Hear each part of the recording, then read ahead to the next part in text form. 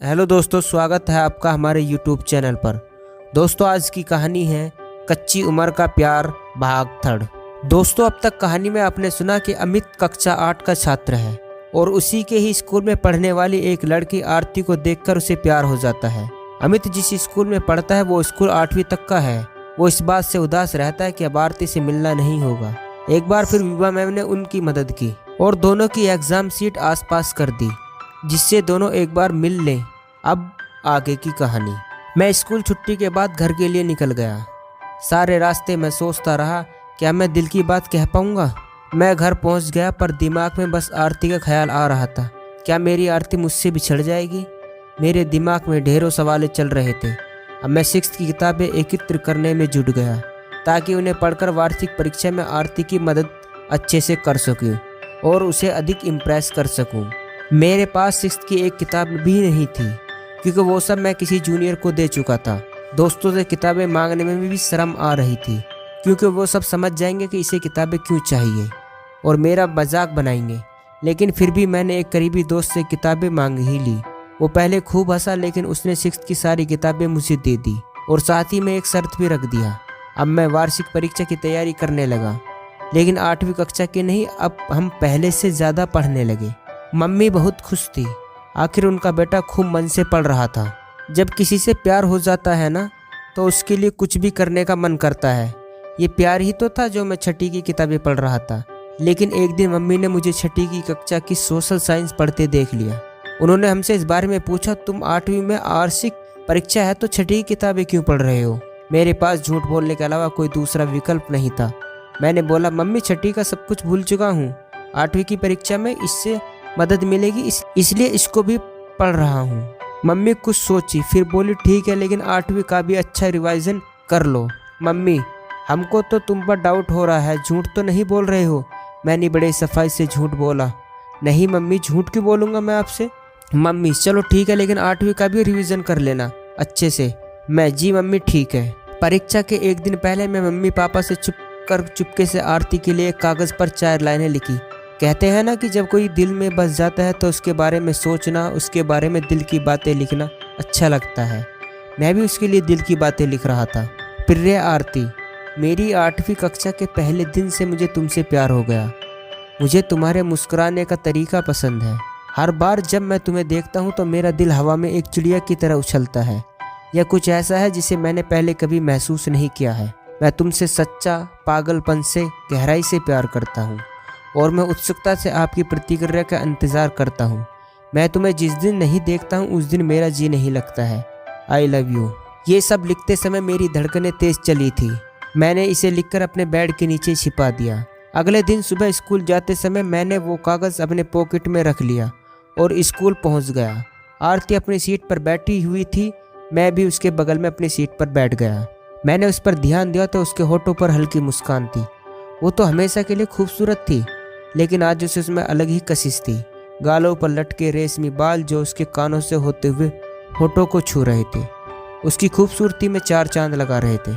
ऊपर से उसकी कातिल मुस्कान सोने पर सुहागा जैसी थी। मेरी धड़कन तेज थी और शरीर में अजीब सी सिहरन और मेरे रोंगटे तक खड़े हो चुके थे। मैंने उस दिन पहली बार उससे बात की। मैंने बड़ी हिम्मत से उससे बात करना शुरू की। मैं, लगता है पूरा पढ़ के आई हो। आरती, क्यों आप नहीं पढ़े हो? मैं, परीक्षा है तो पढ़ना ही पड़ेगा ना, लेकिन तुम्हारी तरह नहीं पढ़े। आरती, आपको कैसे पता कि खूब पढ़ के आई हूँ? मैं, तुम्हारा चेहरा बता रहा है, इतना खुश जो हो। आरती, खुश तो आप भी हो। मैं, हाँ खुश तो हूँ मैं। अच्छा, कुछ पूछना हो तो पूछ लेना, मुझे आएगा तो मैं बता दूंगा। आरती, थैंक यू, वैसे भी मैं पढ़ नहीं पाई हूँ अच्छे से। तभी विभा मैम क्लास में प्रवेश करती है।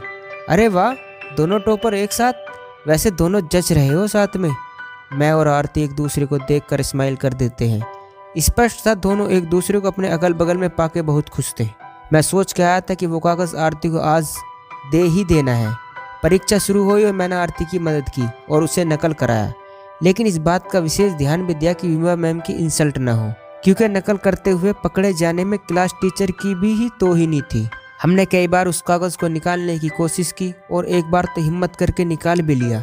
उस समय भी मेरी धड़कनें बहुत तेज हो चली थी, लेकिन उसे आरती को देने की हिम्मत नहीं कर सका। लेकिन ये सोच के खुशी थी कि चलो अब 5 पेपर बचे हैं, आज न सही तो कल दे दूंगा। उस दिन पेपर देने के बाद जब हम घर आए मुझे बहुत अच्छा लग रहा था, क्योंकि आरती से मैंने पहली बार बात की थी। मैं बहुत खुश था और पूरे दिन उसके ख्यालों में डूबा रहा। अगले दिन उस क्लास में HP राव सर की ड्यूटी थी। राव सर ना हमको पसंद थे और न हम उनको। उनकी नाराजगी को हम भी समझते थे।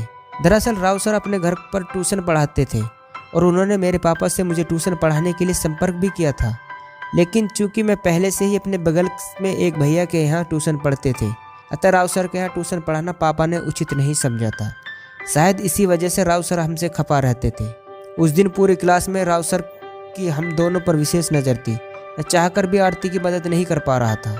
मन ही मन में राव सर को बहुत कोस रहा था, लेकिन एक बात मैं सोच के आया था कि आरती को आज ये कागज़ दे ही देना है परीक्षा। वो कागज़ अपने पॉकेट से निकाला और जैसे ही उसे आरती की तरफ बढ़ाया, पता नहीं कैसे राव सर ने मुझे देख लिया और चिल्लाते मुझको सुनाने लगे, क्या है ये सब, नकल कर रहे थे तुम दोनों?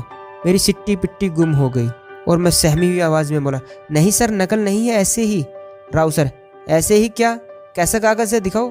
मैं कुछ समझ नहीं पा रहा था कि क्या करूं। अब तो सब सामने आने वाला था। मैंने कागज़ फाड़ने की कोशिश की, अभी पूरा फाड़ भी नहीं पाया तब तक राव सर ने हमसे कागज़ ले लिया। डर के मारे मेरी हालत बहुत ख़राब हो गई थी। कहा मैं आरती के सामने अपना इम्प्रेशन बढ़ाने की सोच रहा था, अब उसके सामने मेरी इम्प्रेशन गिर रही थी। राव सर को मेरी बेइज्जती का एक अच्छा मौका मिला और वो कहाँ चूकने वाले थे। उन्होंने पहले खुद लेटर पढ़ा और सारे स्टूडेंट के सामने उसे पढ़ के भी सुनाया।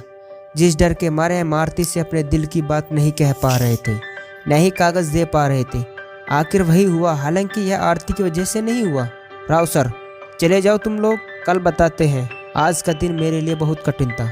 एक दिन पहले जितना मैं खुश था, अब शायद उतने ही दुखी था। डर ये नहीं लग रहा था कि मेरी पिटाई होगी, बल्कि डर ये था कि सबके सामने और आरती के सामने पिटाई होगी, जो कि मेरी घोर बेइज्जती है। ये भी डर था कि कहीं पापा को न बता दे सब।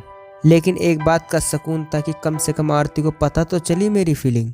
दोस्तों, बस इतना सा था ये भाग। शेष कहानी अगले भाग में। मिलते हैं दोस्तों शेष कहानी के अगले भाग में।